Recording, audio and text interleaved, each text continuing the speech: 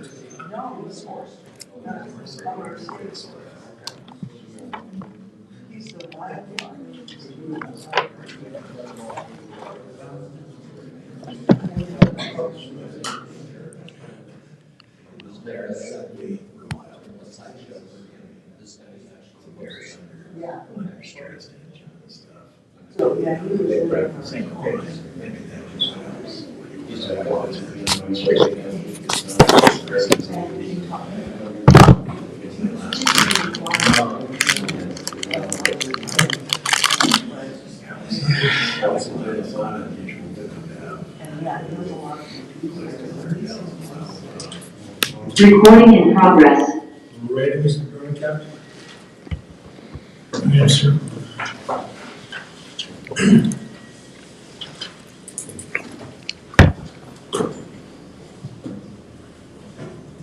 I'll make sure that it's exactly 9 a.m. We have a few seconds to go.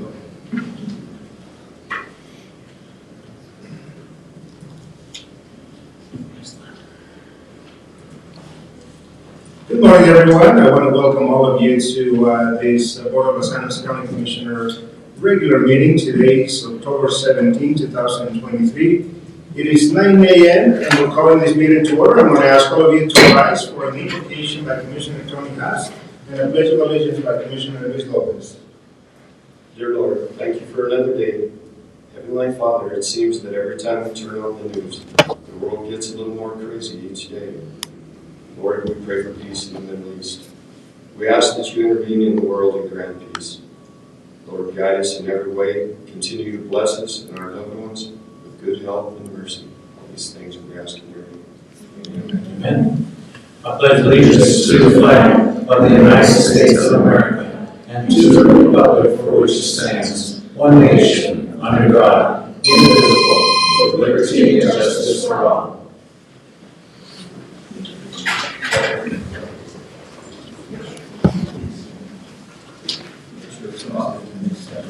Roll call, Mr. Burlington.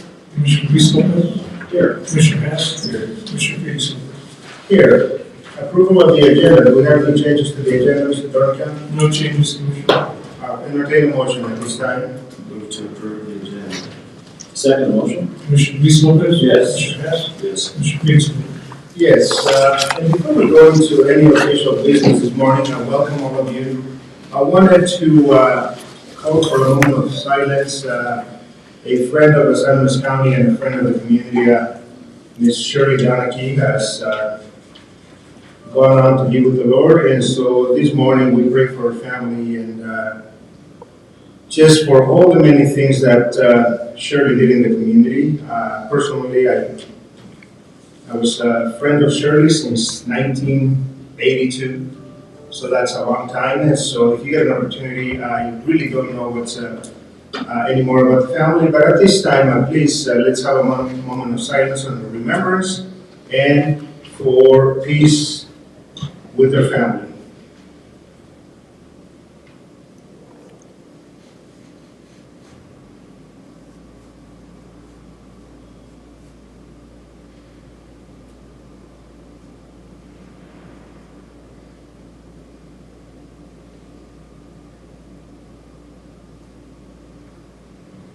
Thank you all. And Shirley served as the president of the board for Los Angeles County, Los Angeles and Northern County's health department, so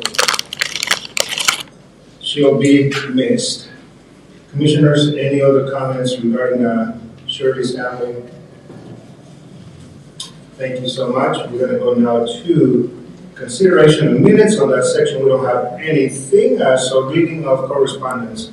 Commissioners, would you like to give your report? Commissioner Luis Lopez, would you like to go first? Thank you, Chairman. Good morning, everybody. Thanks for being here. On the 5th of October, the Front Range Passenger Rail Finance Committee met. We had a monthly meeting. So on the first Thursday of the month at 12 o'clock, it was a luncheon type meeting on Zoom. There's not much activity at this point with the pending government shutdowns, and we're going to be going after federal rail administration funds at this time. There's some set aside, so we're just in a holding pattern until that is resolved, and they'll go after more funding and grants. The Front Range Rail is having a meeting next Friday in Pueblo. We will be meeting in person, and all of you are always welcome to log in on frontrangepassengerail.com to view these meetings and the future of the rail where we're at. And I bring this up mainly because of the derailment we had this weekend in Pueblo. The Front Range Passenger Rail is grieving as well in the rail community for the loss of the gentleman who passed away. So our hearts go out to that as well. And we really need to evaluate how we put future transportation, especially when it's going to be passenger rail, and the safety of our passengers. And the Front Range Rail probably will come to fruition, hopefully will within 10 to 15 years, but still a long ways out of infrastructure and all that. We will have a meeting Friday in Pueblo, and we'll be discussing future mechanisms and funding, how we move forward, including a ballot measure that Governor Polis is really advocating for at this time for taxation. On the 10th, the Board of County Commissioners were able to meet with the U.S. Army, Pino Canyon River site out of Fort Carson, and the Kinder Morgan pipeline operator. And we are having discussions moving forward. We met with also the City of Trinidad Mayor Rico and Pro Tem Aaron Ogletree. And it was a good roundtable discussion. I believe we are coming to the next level of assistance and seeing how we assist the U.S. Army in their endeavor, which will also be including public meeting and hearings to be available for the public to ask questions.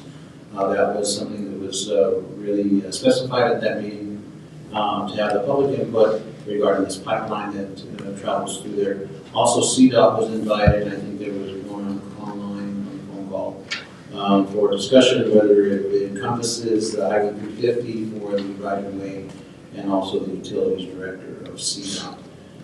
So a very productive meeting. Mayor Rico and I will be working with our administrators and Steve Gruber, and with along with the U.S. Army on finishing and developing a white paper to possibly move forward with funding for this endeavor. On the 12th, also had a Trinidad Redevelopment Authority board meeting. It's our monthly board meeting. We meet every once a month at City Hall.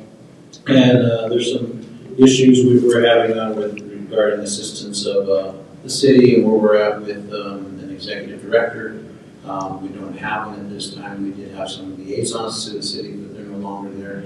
And hopefully we'll have a replacement soon for them. One thing I'm proud to bring back and mention that the board did approve the facade program. The funding, it was stopped last year due to the lack of revenue. Funding of the facade program for both businesses within the district boundaries is going to be available. There's $30,000 allocated. So if those aren't familiar with what that is, the Trinidad Live with the SERT Theater renovations that was done recently a year and a half ago.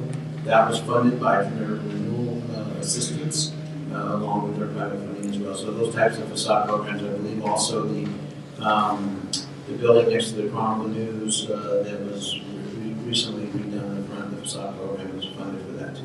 So there's a lot of good business, a lot of dollars available to help our community and the district. It's pretty broad, so it's not just main downtown area. So it's got a good sized map for businesses in the community. So please reach out to Ed Grego with the, he's our chairman for Trinidad Renewal. If you own a building downtown and would like to look into this for next year, that money will be available. On yesterday morning, we had the Otero Partners Incorporated board meeting, And I'm very happy to announce that we have granted, approved a $160,000 loan for an HVAC company in Lana. So thank you to my finance committee members here, Mrs. Krista Coakley and Commissioner Felix Lopez, and getting that authorized. We were able to shave off 0.5% off of the loan by granting that, and it's a lending mechanism that the Los Angeles County, Ontario County has through grants that we give lending for small businesses. So I was very happy for that, and then the rest was just our business as usual updates, and also looking for more funding as always. So very proud of that organization and being a member of it for 7 years, and all the loans and grants, loans we're able to give to the community, including our here in Los Angeles County. So if there's any small businesses listening, and you're interested in looking into borrowing mechanisms of funding, which we do not compete with the private sector, we're more of a secondary option for those that can't get traditional funding. So we do not compete with the local banks, but the local banks know that to utilize that service as well in Alberta, in Ontario County, or you can contact me directly and I will need your information. And that's my report, sir. Thank you. Thank you, sir. Commissioner Tony has. On October 5th and 6th, Colorado counties brought their CCI legislative committee together to look at 20 plus proposed pieces of legislation, with hopes that those pieces of legislation would get on the staff's recommendation list. But we had to read it down to 8, and so we ended up with 8 tier 1s from across the county, with 8 more tier 2s. We have to limit the amount of legislation for our staff so that they have plenty of time to dive into those. The first item of business was to introduce county planning for Colorado Counties Incorporated. We just hired her last week, I guess, 2 weeks ago. CCI voted to advance legislation next session to expand county right-of-way authority, facilitate additional broadband service in rural areas of the state, enhance mental health services, provide property tax rebate authority, crack down on human trafficking by allowing for national background checks on massage parlor owners, and expedite highway repairs by increasing the cap on the CDOT maintenance projects. And finally, CCI took a position on Proposition HH. The 62 counties that are in CCI took an opposed position, with 68% voting in opposition. I also attended the Action 22 annual meeting. There was presentations by Kevin Patterson from Connecticut for Colorado, Ham, representative by IPW 8th District, Senator Barb Kirkmeyer and Representative Rose Pugliese. They did a presentation in opposition of Proposition HH, and then we have a support position from Kevin Vick, who is the Vice President of Colorado Education Association. And Jose Centu, Vice Chancellor for Enrollment and Management at UCCS, where the meeting was held. Realities of Energy by Adam Frisch, of all people. And it was interesting to hear Mr. Frisch come out in support of nuclear energy because of the smaller footprint. Carbon capture feasibility study by Ashley Ross with Carbon America, Tyler Smith, Area Manager, XL Energy, and finally, as Vice Chair of Action 22, I had the privilege of recognizing and presenting 23 certificates of completion for the Action 22's new Leadership Policy and Governance Academy. This academy is dedicated to the education in local, state, and federal governments, a nonpartisan leadership experience that was designed to educate and prepare the next generation of leadership that will guide our state into the future. This academy is unique and offers a professional fellowship with the purpose of elevating regional leadership, thoughtful public policy, and the integrity of governance for Coloradoans' rural communities. The objective is to strengthen our rural community's voice. On October 10th and 11th, I attended former Governor Ritter's Colorado Energy Site Coalition Summit. I was invited by the former governor to represent local frontier counties.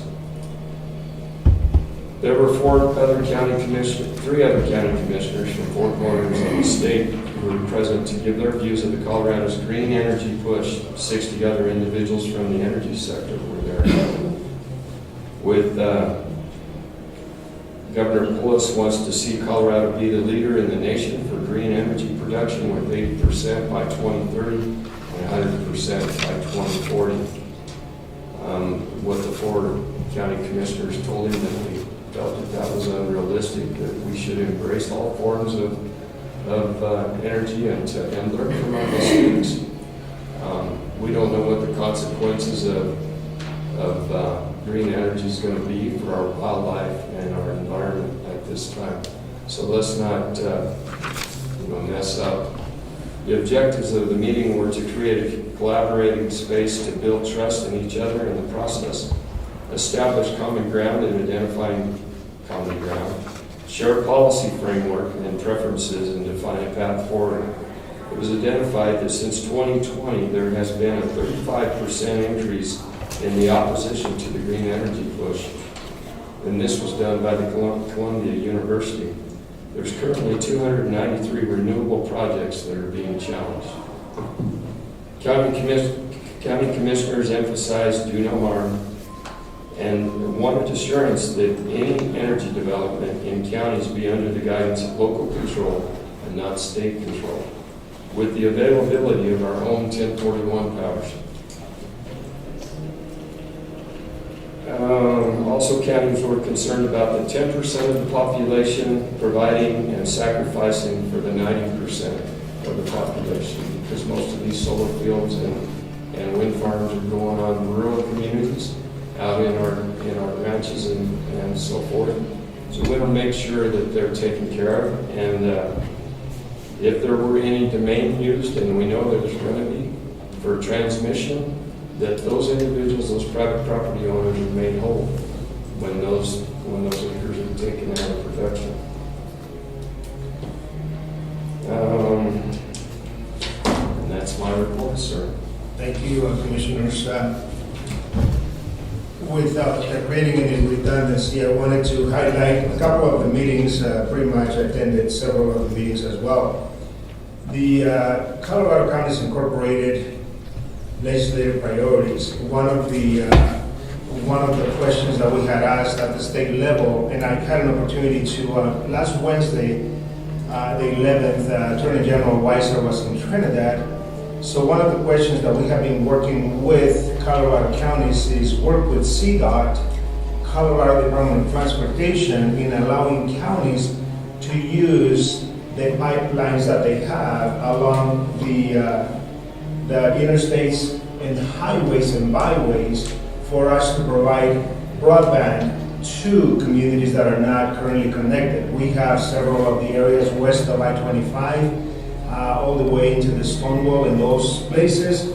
So I had an opportunity to visit with him, and so he said, let me follow up with you. The very next day, he called me back and basically said, let us continue to work together with CDOT, but as a priority from Colorado counties is to eliminate the annual fee of broadband providers using the CDOT right away. And then also we're going to be having legislation to increase the expediency of actually accessing the broadband, because he announced that there is going to be an 800+ grant fund that is going to be coming for municipalities and counties. So we're going to be with our partners in the broadband and the Office of Colorado Broadband applying for some of those funds.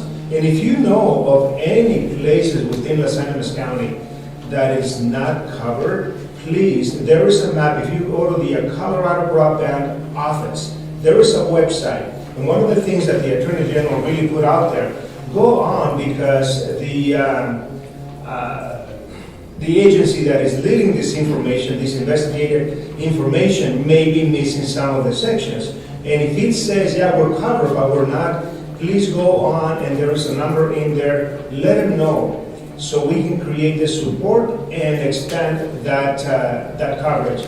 One of the points that he highlighted, and we had a conversation on, after COVID came to counties, a lot of our students didn't have access to accessibility. They had to drive to places where they had access points.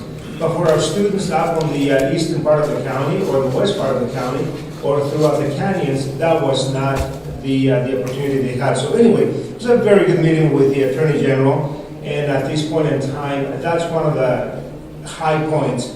Another one of the points that we spoke about on Wednesday is the behavioral health, that it is one of the biggest needs that has risen to the top in the state of Colorado. Through the opioid funds that Region 19 has.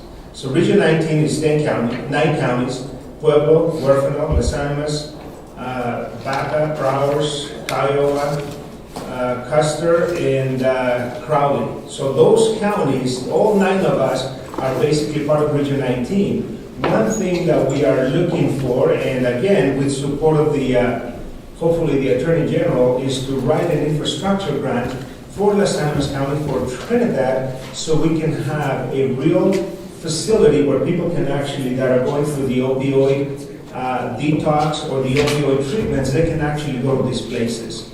So we'll continue to work on that front, which aligns really well with the Colorado Counties Incorporated. One of the comments that Commissioner Tony has made at the legislative priority through Colorado counties is the prevention of human trafficking.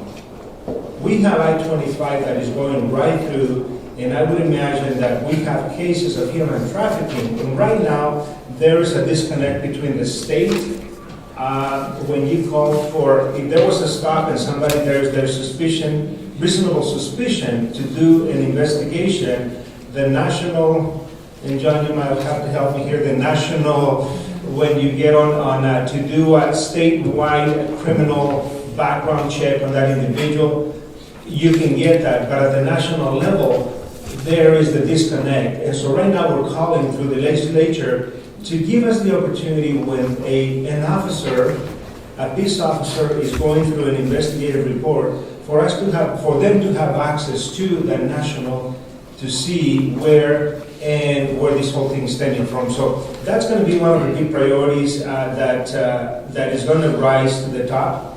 And let me close with this very important thing. On Region 19, we're going to start year 2. So year 1, for the opioid settlement, we were allocated $2.7 million. That sounds like a lot of money. But when you consider Pueblo and all those other 8 counties, it's really not enough money.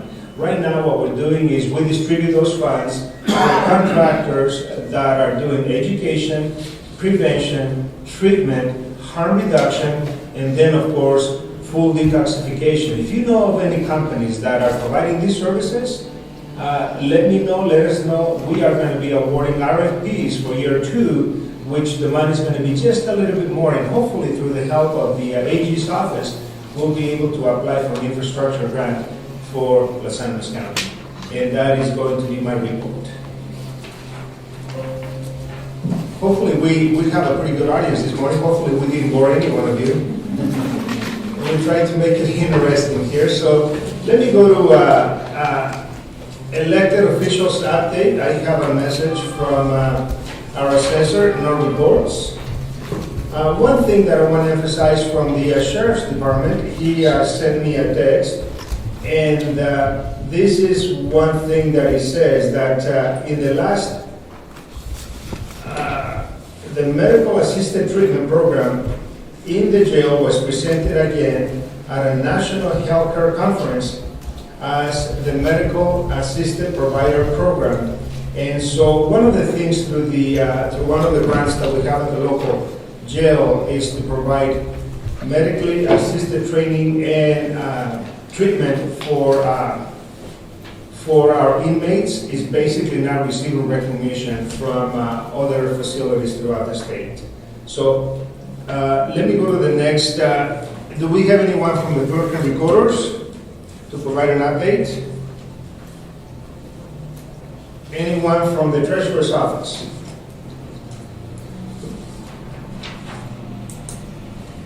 Anyone from the district attorney?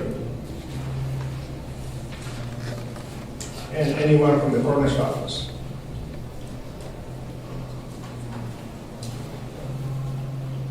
Okay, hearing none, we're going to go to the next section. Going to go to a public comment, and Penny, good morning, welcome. Please join us at the.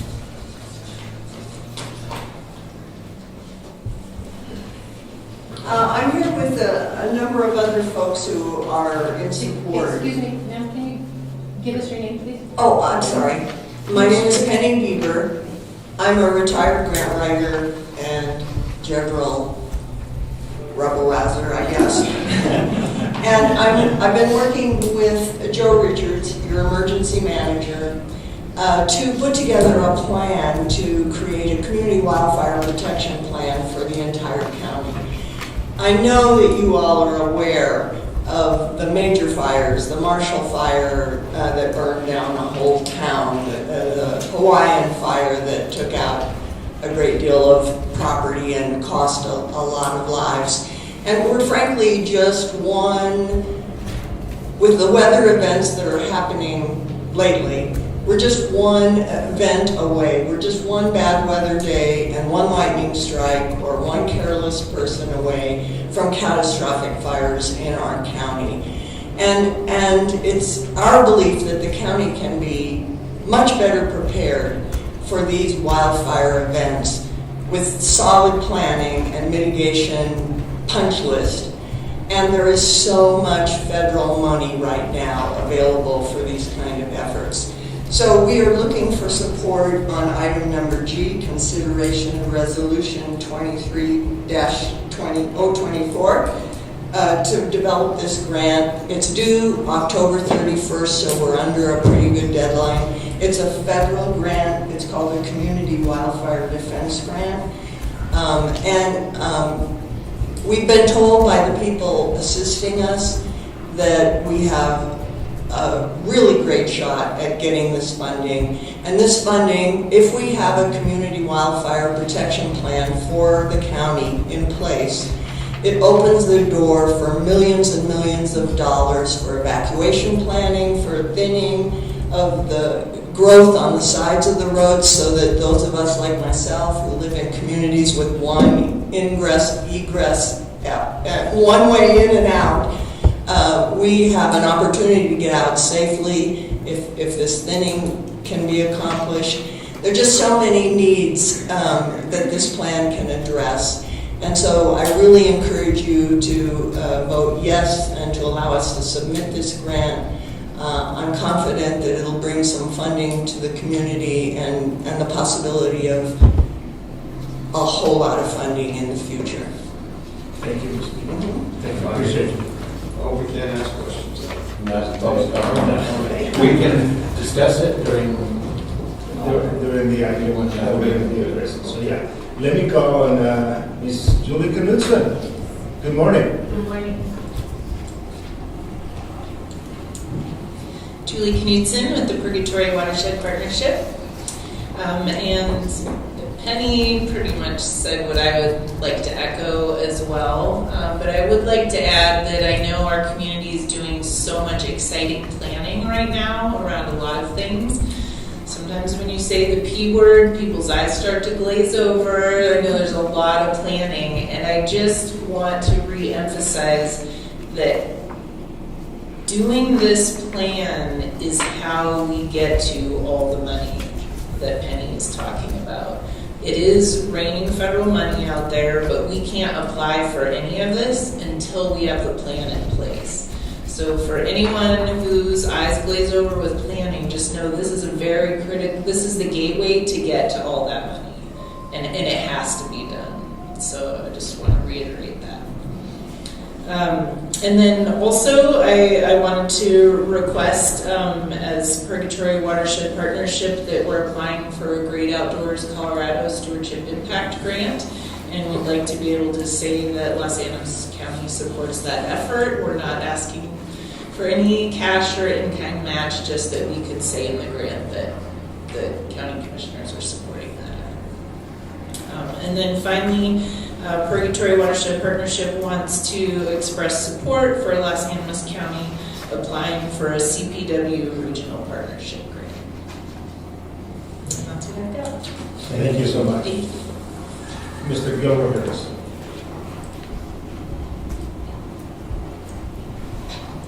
That was a beautiful drive this morning.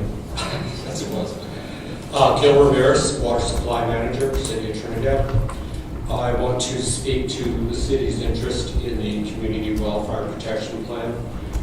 First of all, one of the main tasks of a Community Wildfire Protection Plan is to develop strategy for the wildland-urban interface. By definition, and we saw this in the Marshall Fire, Shadow Mountain, all these fires we've had, by definition, Trinidad is the largest buoy in Los Animas County. That's the city's interest. Our other interest is Trinidad Lake water storage. The water the Trinidad has stored in Trinidad Lake represents the economic future of Trinidad and by definition Los Animas County. A catastrophic wildfire has the potential for degrading that water quality and also limiting, because of excessive sedimentation, limiting our access to that water. Water, like in all communities in the Western United States, is our future. That is the city's interest in supporting this grant. Thank you. Thank you. Thank you, Mr. Ramirez. Chief John Jenkins.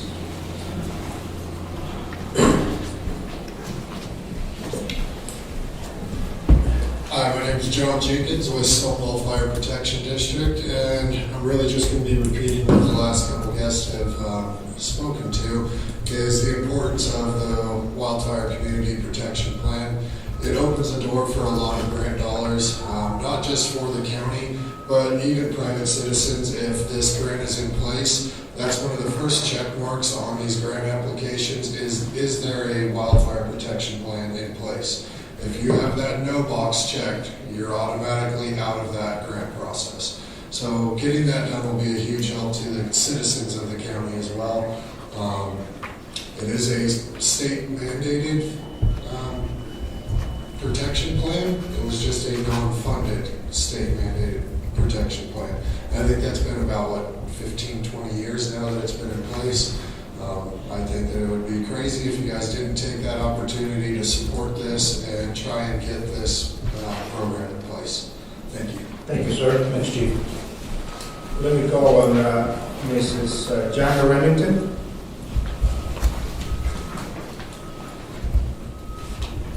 Hello, I'm Jan Remington. I'm on the Fire Safety Committee of Trinidad Lake Branches. And I'm here in support of Joe and the Wildfire Prevention Program. Just a note of aside, we are applying for a state wildfire prevention plan tomorrow to the Forest Service for Trinidad Lake Branches. And we've coordinated with the state park and with Joe, and I think it's essential that we all put a huge effort into working together and trying to get this done, because there's so much money right now. And it's so critical. We're on the banks of the Lake State Park. So if we have a fire in Trinidad Lake Branches, it's going to just damage the water. It's going to damage the park. So we urge you to work with us on this and get it done. You guys have more power than really any of us to get this done. Thank you. Thank you. Thank you so much. And last but not least on this, let me call on Mr. Joe Richards. Joe Richards, county resident, your emergency manager right now. When I first started this job, I was summoned by some folks, I won't mention any names, they're out here right now, to ask me, what in the world are you going to do as emergency manager, how are you going to help? And we had some very pointed conversations about this very subject. But the reason I wanted to speak this morning wasn't about, I'm for this resolution. What I wanted to speak to was these folks here. This grant application is community driven. I had nothing to do with it other than to be in the position that you put me in. They came to me with everything in hand. I said, I can't handle it. I don't have the time to do it. You need to help me. And every person sitting here is a tribute to an engaged community. And I can't emphasize how excited I am to have this kind of participation where they're pushing me to be a better manager and that they want to get things done and they're not going to take no for an answer. So I just want to hear to just give them that support, because it's just awesome to have people like this to call me a week and say, hey Joe, what do you think about this? What do you think about that? And we're putting all this together. Between you and me, they've got probably half this thing in draft form now, ready to submit it, because it's due by the end of the month. And the reason we're so short on time is my fault. I just have not been able to get the time to get this thing put in gear. So I just want to put the credit where it belongs to your community, to the city of Trinidad for jumping in and helping out, and talking about raising money. If we have to have matching funds, we're already going to apply for waiving the matching part of the grant. But it looks really good right now. Everybody's really behind this, so I implore you to pass this resolution. Thank you. Thank you, sir. Thank you. At this time, let me ask anyone else here in the audience, if there is anyone else that would like to, that didn't get an opportunity to sign up for public comment, you may do so at this time, if you so choose to. And also, sir, coming up. Sure.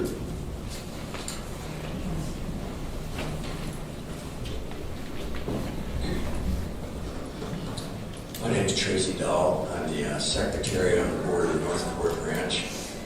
And I think we sort of represent a microcosm of where this can go. We started looking into grant opportunities to do mitigation on our road easements probably close to 20 years ago, and we were stymied because of what has already been said. One of the first questions is, do you have a CWPP in place? And at that time, the Stonewall Fire Protection District, well, it didn't even exist. It was the Stonewall Volunteer Fire Department, and there was no CWPP, so we were out of luck. Through the hard work of a lot of folks, there was a CWPP developed for the Stonewall Fire Protection District, and that enabled us to then seek out grants, which we have done, and very successfully. We've received probably close to $50,000 in state funding that has allowed us to do wildfire mitigation along all of our road easements, which is critically important. As Penny said, you got to be able to get out in the event that there is a major fire, and also provides potential fire lines, that type of thing. So anyway, I just want to emphasize how important it is to have that CWPP in place in order to seek out funding to actually do the work on the ground. Thank you, Mr. Bell. Thank you. Anyone else? Also, the invitation goes to anyone attending online.